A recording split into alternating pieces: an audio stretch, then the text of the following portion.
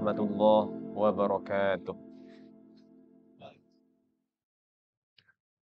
Alhamdulillahi hamdan katsiran tayyiban mubarakan fihi kama yuhibbu rabbuna wa yarda wa asyhadu an la ilaha illallah wahdahu la syarika lah wa asyhadu anna Muhammadan abduhu wa rasuluh. Allahumma salli wa sallim wa barik wa an'im ala nabiyyina Muhammadin wa ala alihi wa ashabihi ajma'in amma ba'd.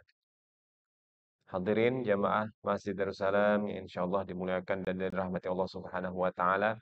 Alhamdulillah di malam hari ini kita semua dapat kembali hadir di masjid yang kita cintai ini dalam rangka di malam hari ini kita belajar hadis arba'in.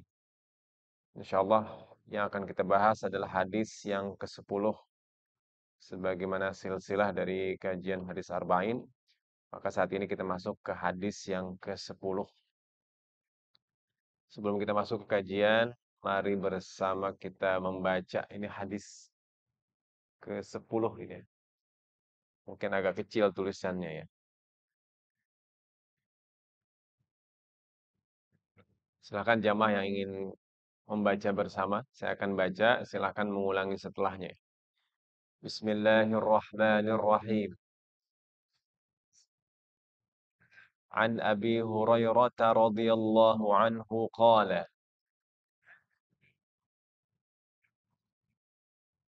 qala Rasulullah sallallahu alaihi wasallam Inna Allah tayyibun la yaqbalu illa tayyiba.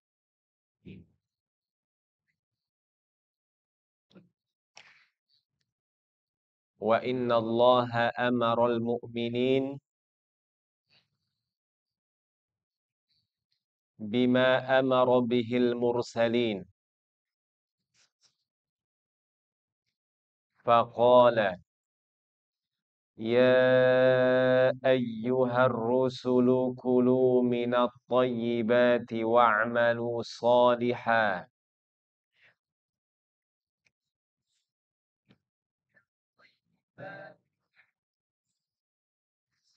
Wa qala ta'ala Ya ayyuhalladzina amanu kulu min tayyibati ma razaqnakum.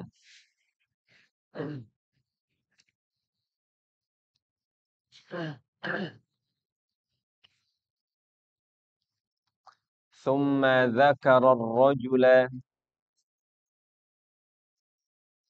يطيل السفر أشعث أغبر يمد يديه إلى السماء يا ربي يا ربي ومطعمه حرام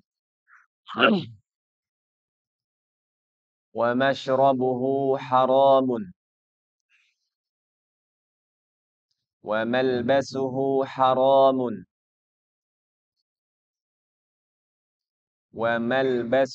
حرام وغذي بالحرام فأنى يستجاب له Rawahu Muslim. Alhamdulillah, ini terjemahnya dari Abu Hurairah radhiyallahu anhu berkata, Rasulullah sallallahu alaihi wasallam bersabda, Innallaha thayyibun la yaqbalu illa thayyiba. Sesungguhnya Allah Ta'ala itu thayyib dan tidak menerima kecuali yang thayyib atau baik. Nanti kita bahas makna thayyib. Dan sesungguhnya Allah memerintahkan kepada kaum mukminin sebagaimana atau seperti apa yang Allah perintahkan kepada para rasul. Allah Ta'ala berfirman, wahai para rasul, makanlah dari makanan yang baik-baik dan kerjakanlah amal soleh. Surat Al-Mu'minun ayat 51. Dan Allah Subhanahu wa Ta'ala berfirman, wahai orang-orang beriman, makanlah dari rizki yang baik yang kami berikan kepadamu. Kemudian Rasulullah SAW menyebutkan seseorang yang lama berpergian, rambutnya kusut, berdebu, dan mengangkat kedua tangannya ke langit atau memanjangkan, menengadahkan kedua tangannya ke langit dan berkata, wahai Robku, wahai Robku, ya Robbi, ya Robbi. Padahal makanannya haram, minumannya haram, pakaiannya haram, dan ia dikenyangkan dari yang haram. Bagaimana mungkin doanya bisa terkabul? Hadis riwayat Muslim. Hadis riwayat Muslim, perawi dari Abu Hurairah. Ini juga hadis ini terdapat di Sahih Tirmidzi dan Sahih Muslim. Riwayat Muslim hadis nomor 1015, di riwayat Tirmidzi 2989. Yang riwayat Muslim tentu hadisnya sahih. Kalau riwayat Sahih At-Tirmidzi hadisnya hasan. Namun karena di riwayat Muslim hadis sahih, maka hadis ini di riwayat Muslim hadis merupakan hadis yang sahih. Kemudian kita masuk ke pembahasan dari hadis ini. Yang pertama, innallaha thayyibun la yaqbalu illa thayyiba. Sesungguhnya Allah Ta'ala itu baik atau thayyib dan tidak menerima kecuali yang thayyib juga. Apa makna thayyib?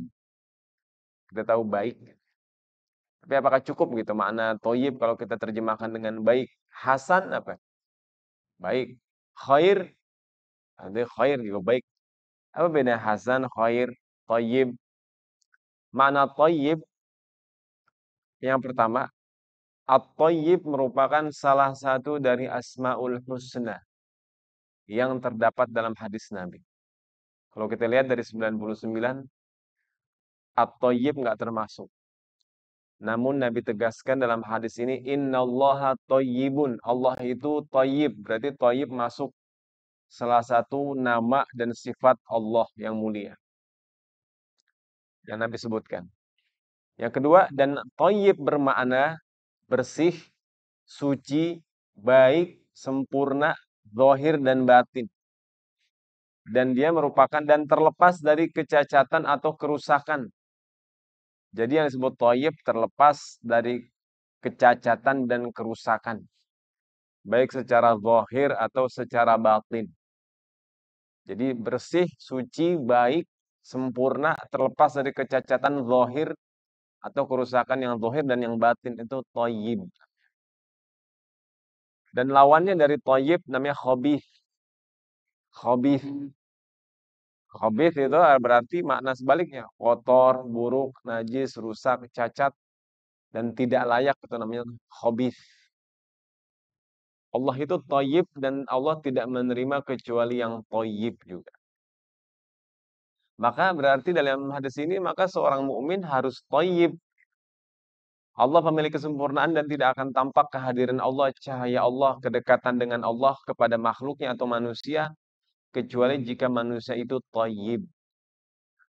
Jadi nggak mungkin manusia dapat merasakan kehadiran Allah Subhanahu wa taala dalam kehidupannya kecuali kalau orang tersebut thayyib.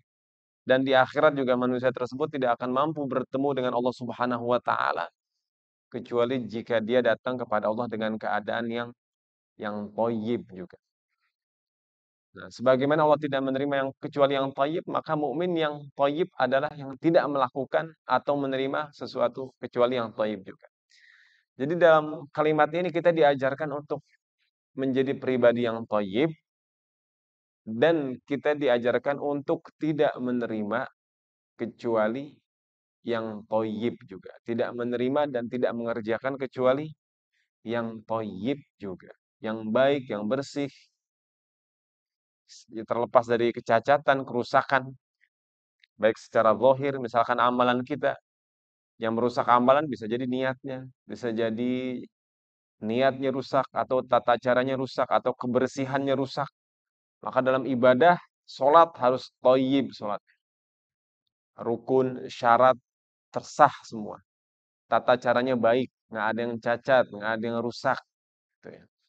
Maka seperti itulah yang diterima Allah Subhanahu wa ta'ala. Innallaha thayyibun la yaqbalu illa thayyiba. Hadis ini panjang, minimal yang kita hafalin ini aja. Innallaha thayyibun La yaqbalu illa thayyibah. Sesungguhnya Allah itu thayyib dan Allah tidak menerima kecuali yang thayyib juga. Kemudian kita masuk ke makna berikutnya. Wa innallaha, dan sesungguhnya Allah amara, memerintahkan. Amara itu memerintahkan. Kalau yang namanya perintah berarti dari yang atas atau yang lebih tinggi pada yang bawah atau yang lebih rendah. Kalau perintah dari bawah ke atas namanya bukan perintah, namanya doa. Kita minta Allah begini-begini itu namanya doa. Doa. Kalau Allah kepada kita namanya perintah. Wa innallaha amaral mu'minin, dan Allah memerintahkan orang-orang beriman bima amara bihil mursalin, sebagaimana Allah memerintahkan para rasul. Jadi maksudnya ini, semua yang Allah perintahkan kepada orang-orang beriman, Allah perintahkan juga kepada rasul-rasul. Dan nggak bisa dibalik. Kalau dibalik, misalkan semua yang Allah perintahkan kepada rasul, apakah Allah perintahkan kepada orang beriman? Belum tentu. Tapi semua yang Allah perintahkan kepada orang beriman, Allah perintahkan kepada para rasul. Misalkan rasul-rasul wajib melaksanakan qiyamul lail. Orang-orang beriman enggak wajib. Kayak begitu. Itu salah satu contoh. Jadi sesungguhnya Allah memerintahkan orang-orang beriman sebagaimana Allah perintahkan kepada para rasul. Yang pertama, menjadi thayyib. Perintah Allah kepada para rasul dan orang beriman, pertama, wajib menjadi thayyib. Jadi bukan pilihan. Karena kalau enggak thayyib, udah khabith berarti. Perintah Allah merupakan kewajiban bagi para rasul dan orang beriman. Kemudian juga ini berarti kemuliaan buat orang-orang beriman. Dulu Allah perintahkan para rasul, sekarang Allah perintahkan juga orang-orang beriman. Ini merupakan kemuliaan bagi kita semua pengikut para rasul untuk berakhlak dan beradab seperti para rasul. Kemudian tidak ada perbedaan dalam membersihkan dan mensucikan diri dan jiwa. Dalam membersihkan diri dan membersihkan jiwa kepada para rasul dan orang-orang beriman nggak ada bedanya. Oh, rasul harus suci bersih, kalau orang beriman sama juga harus bersih, harus suci juga orang-orang beriman. Jadi nggak ada perbedaan dalam menjadi pribadi yang thayyib tadi. Yang keempat, para nabi dan rasul juga berusaha. Jadi nabi dan rasul bukan berarti mereka bersih, murni, otomatis. Mereka juga berikhtiar dan berusaha menjadi pribadi yang sebersih mungkin, yang sethayyib mungkin. Karena apa? Karena mereka menjadi contoh bagi orang-orang beriman. Jadi berusaha, berikhtiar.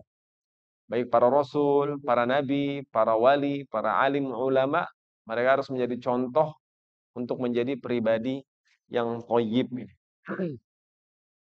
Tadi kita sebutkan lawan dari thayyib adalah khabith. Allah sebutkan misalkan di surat Al-Anfal, liyamizallahu al-khabitha minat thayyib. Kenapa sih harus menjadi thayyib? Liyamizallahu al-khabitha minat thayyib, supaya Allah memisahkan golongan yang thayyib dari golongan yang khabith. Wa yaj'alal khabitha ba'dahu 'ala ba'din. Kemudian Allah akan menumpuk itu, mengumpulkan yang khabith itu, ba'dahu 'ala ba'din. Fayarkumahu jami'a.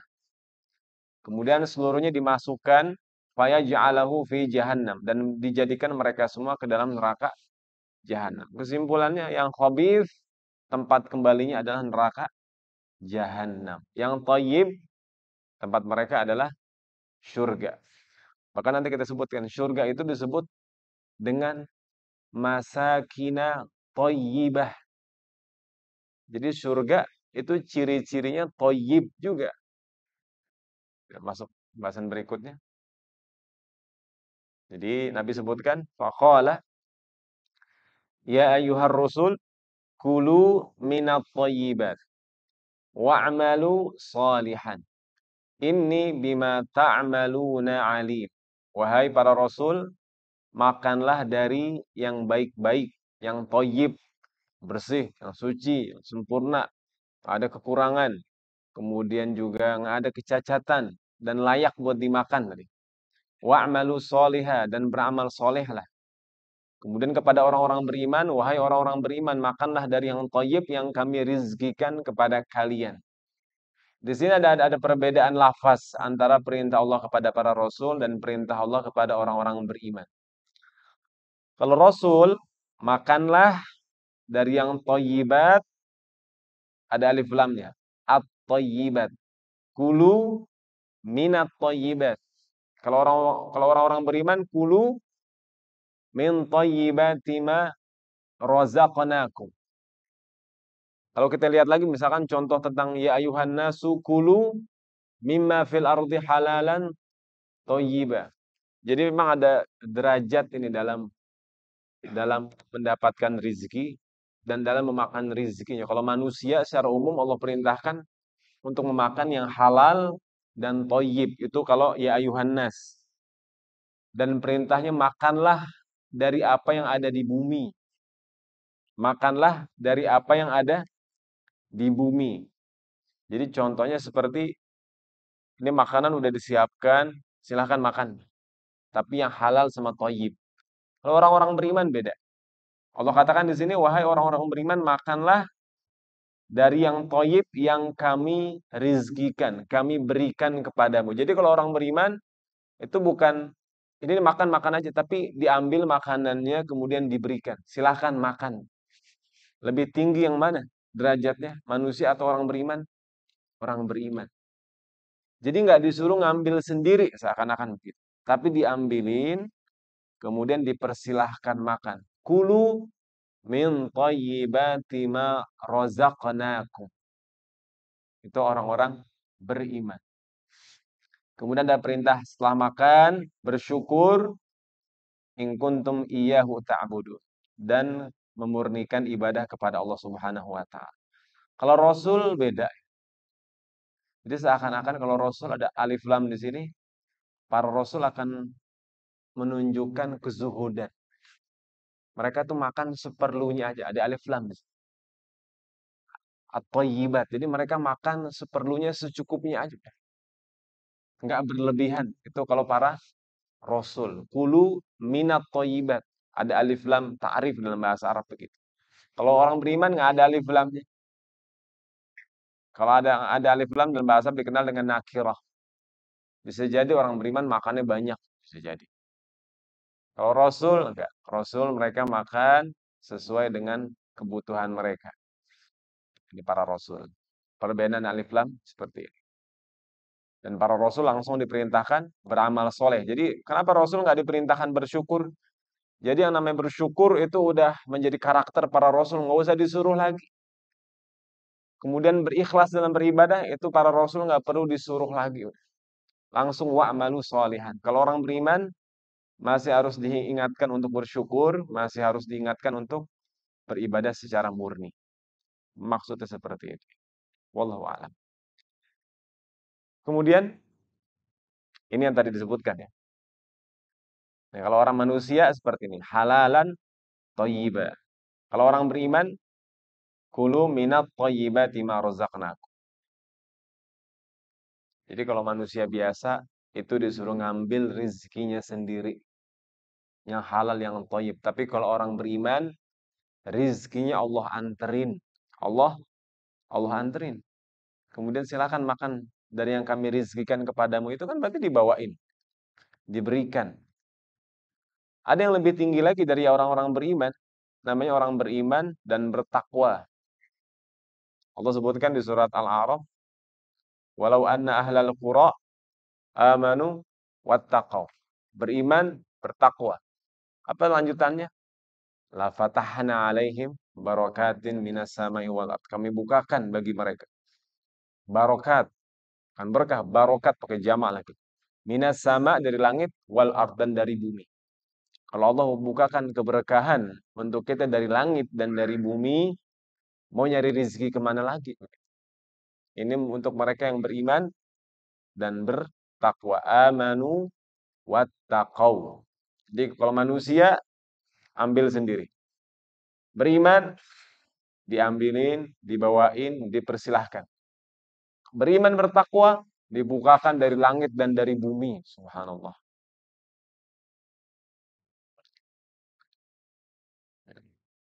Lanjut lagi.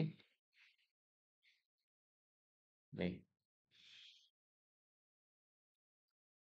Di dunia ini Allah Subhanahu wa taala pasti akan menguji orang-orang beriman sampai jelas di antara mereka siapa yang thayyib dan siapa yang khabith. Allah akan menguji. Allah sebutkan di surat Ali Imran, "Maka Allahu liyadharal mu'minina ala ma antum alaihi hatta yamizal khabitha minat thayyib."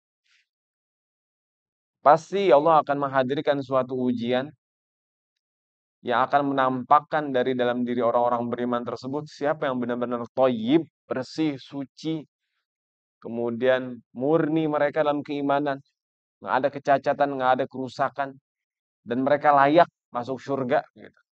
Dan siapa yang khabith, hatta yamizal khabitha minat thayyib, sampai Allah menyisikan yang buruk dan yang baik. Namanya tamyiz. Tamyiz. Tamyiz itu proses pemilihan, penyisihan gitu ya. Kemudian ini yang kedua, Allah katakan mau sebanyak apapun yang khabith itu tidak akan dapat mengalahkan yang thayyib udah. Jadi meskipun yang khabith jumlahnya banyak, tidak layak seorang mukmin untuk mengikuti khabith tersebut. Udah khabith di mana-mana khabith semua. Ya udah kita gabung ikutin aja nggak boleh. Allah katakan la yastawil khabith wat thayyib walau a'jabaka kathratul khabith. Tidak sama yang buruk dengan yang baik meskipun banyaknya yang buruk itu menarik hatimu. Yang buruk banyak menarik hati kita, tetap Allah katakan yang thayyib itu lebih baik. Allah katakan fattaqullaha ya ulil albab la'allakum tuflihun. Maka bertakwalah, jagalah diri kalian. Maksud bertakwa di sini, jagalah diri kalian wahai ulil albab. Jangan sampai kalian masuk ke dalam golongan yang khabith. Jagalah diri kalian agar kalian beruntung. Kemudian ini yang penting. Surga hanya untuk mereka yang memiliki pribadi dan karakter yang thayyib. Pribadi dan karakter yang thayyib disebut dalam Al-Quran dengan thayyibin atau thayyibun atau thayyibat. Di surat An-Nahl ayat 32 Allah berfirman, "Alladzina tatawaffahumul malaikah thayyibin mereka. Yaquluna salamun alaikum." Mereka berkata, "Salamun alaikum." Selamat atas kalian. Atau malaikat berkata, "Selamat atas kalian. Masuklah ke dalam surga dengan apa yang kalian kerjakan." Kita masuk surga karena rahmat Allah. Cuman dalam ayat ini, coba lihat dalam ayat ini. Masuklah surga disebabkan apa yang telah kamu kerjakan. Apa yang gabunginnya gimana? Masuk surga, gak mungkin masuk surga kecuali dengan rahmat Allah. Tapi dalam ayat ini masuklah surga disebabkan apa yang telah kamu kerjakan. Gitu. Ulama menyebutkan maksud di sini derajatnya. Derajatnya di surga sesuai dengan amal yang telah dikerjakan.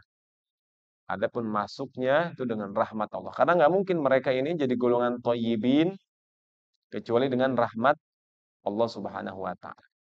Nanti akan kita pelajari siapa nih golongan thayyibin, golongan manusia yang menjadikan hal yang thayyib sebagai sifat dan karakter mereka.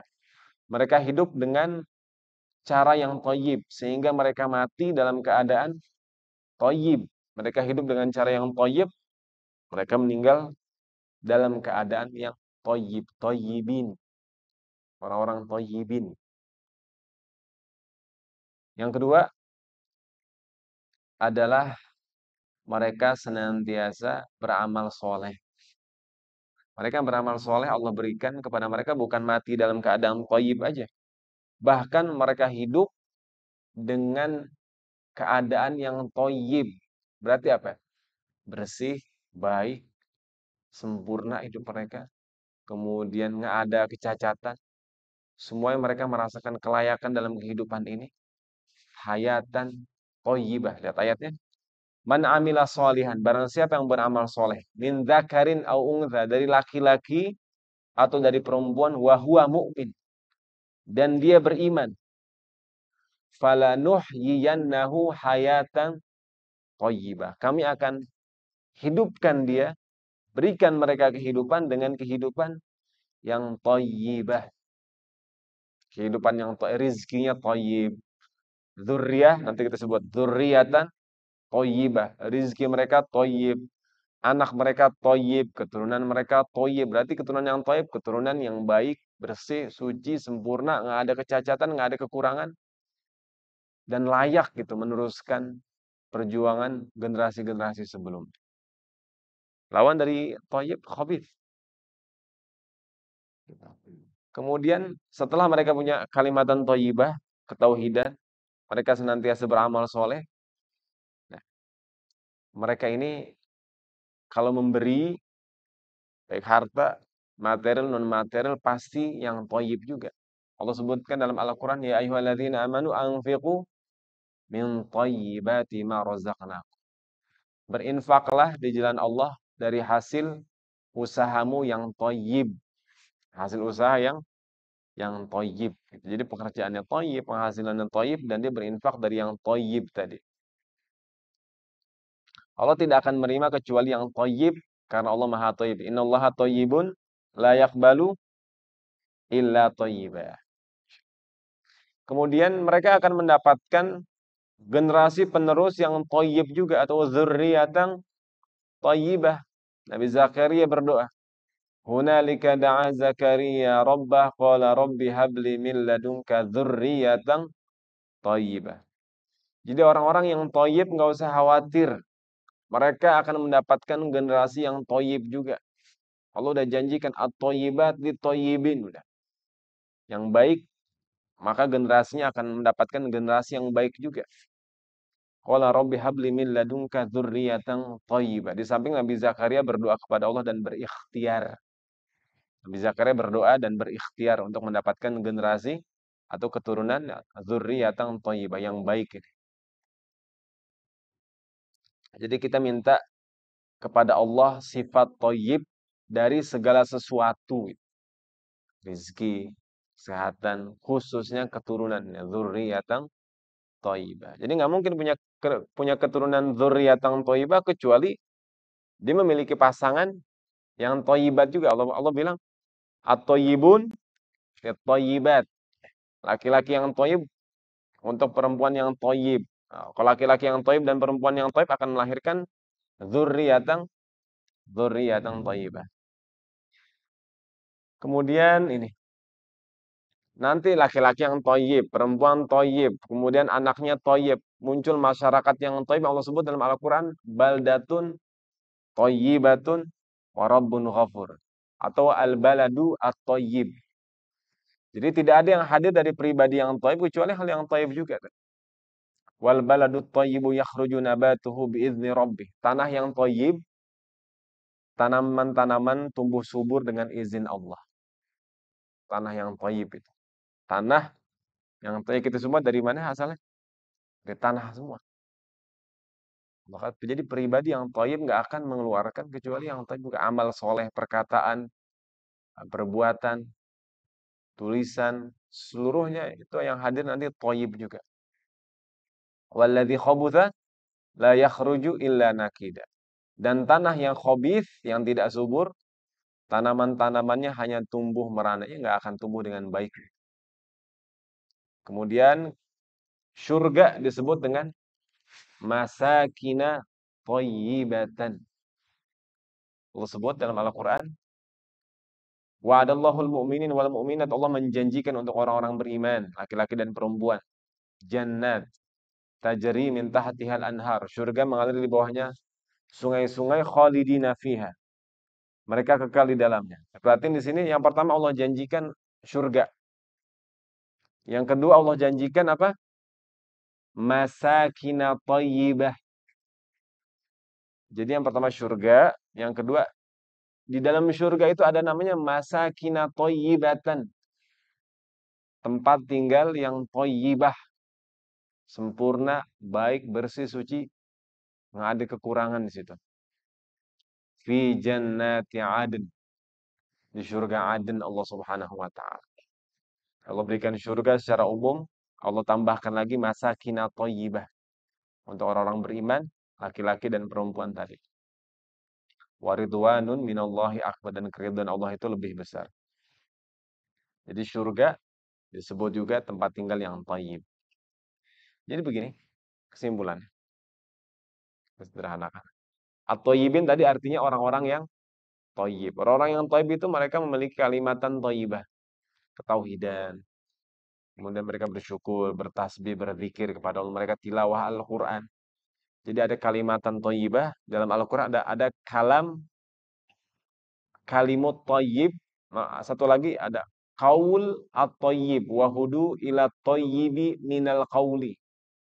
Jadi kalimat thayyibah, ada kalam thayyibah sama qaul at-thayyib. Tiga hal tersebut dasar ini ya, kalimatan thayyibah. Ketauhidan mereka, zikir, tilawah Al-Quran. Lisan mereka selalu menghadirkan yang thayyib, yang baik, yang bersih, yang suci,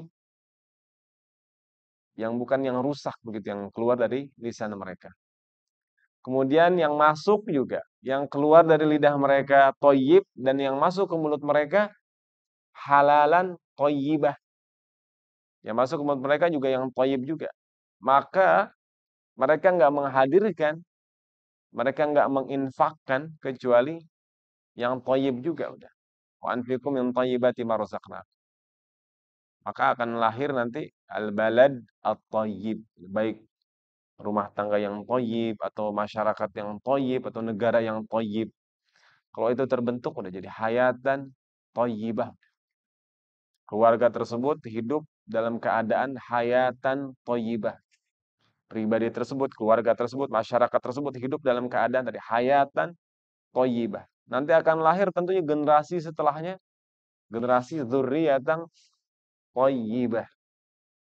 Dan kelak di akhir, jadi di dunia Allah akan berikan ini hayatan thayyibah sama dzurriyyatan thayyibah. Nanti di akhirat Allah berikan apa? Masakinat thayyibah, subhanallah. Ini untuk siapa seluruhnya? Untuk orang-orang at-thayyibin, baik laki-laki atau perempuan. Kemudian ini masalah thayyib tadi, innallaha thayyibun la yaqbalu illa thayyib. Kemudian kita masuk bagian kedua hadis yang Nabi sebutkan. Nabi menyebutkan tentang seseorang, rajulu yutilu safar, lama bersafar dia. Lama bersafar itu maksudnya bisa jadi orang tersebut pergi haji atau umroh atau ziarah atau berjihad. Ini kemungkinannya doa-doa diijabah semua. Kedua, kusut penampilan, menunjukkan kerendahan diri dan ketawaduan dia. Aghbaro, berdebu. Telah lama dia berjuang beribadah lama gitu, bukan baru keluar rumah, udah lama dia sampai berdebu gitu. Yamuddu yadaihi ila samai, memanjangkan kedua tangannya ke langit. Yakin, maksudnya apa? Yakin dan beriman kepada Allah, menunjukkan kesungguhan dia dalam beribadah dan kekhusyuan. Dan dia mengatakan ya Rabbi, wahai Rabbku, wahai Rabbku. Ini menunjukkan apa? Keikhlasan, keimanan yang kuat, menyebut nama Allah dengan sifat rububiyah, itu Allah Rabb. Kalau ini terkumpul dalam seseorang yang lagi berdoa, udah otomatis doanya diijabah. Nggak ada lagi yang menghalangi doanya untuk diijabah. Dia lagi pergi haji atau lagi umroh, lama perjalanan. Kemudian kondisinya ini sungguh-sungguh dalam beribadah, mengangkat kedua tangan yang mengatakan ya Rabbi, ya Rabbi. Gak usah Allah Subhanahu wa ta'ala, manusia aja ngelihat, orang aja kalau ngelihat bakalan kasihan. Apalagi Allah Subhanahu wa ta'ala yang melihat hamba tersebut. Sampai manusia yang ngelihat aja kasihan, apalagi Allah Subhanahu wa ta'ala, Allah Arhamar Rahimin. Namun ternyata Nabi sebutkan wa mat'amuhu haram. Tapi kata Nabi SAW, makanannya haram. Wa mashrabuhu Haram bukan baru aja, udah lama dia mengerjakan. Dia lama mengerjakan perbuatan tersebut, makan dari yang haram, minum dari yang haram, pakaian dari yang haram, dan dia juga dipuaskan, dikenyangkan dengan yang haram. Fa'anna yustajabu lahu. Fa'anna itu mana? Maka bagaimana mungkin, kata Nabi SAW, doanya diijabah. Jadi 4 hal ini hal yang mendasar pada diri manusia. Makanan, minuman, pakaian, sama dia dipuaskan, dikenyangkan dengan hal apa? Kalau 4 hal ini yang mendasar aja haram, apalagi yang lainnya. Apalagi yang lainnya. Haram itu pertama yang harus kita ketahui dari sesuatu yang haram. Haram akan menghalangi seseorang dari kebahagiaan. Kemudian yang kedua, haram ini harus mempelajari tentang yang haram. Umar bin Khattab mengatakan, barang siapa yang masuk ke dalam pasar dan tidak mengerti fikih, dia akan makan yang haram, mau nggak mau. Oh, ini nggak mengerti fikih.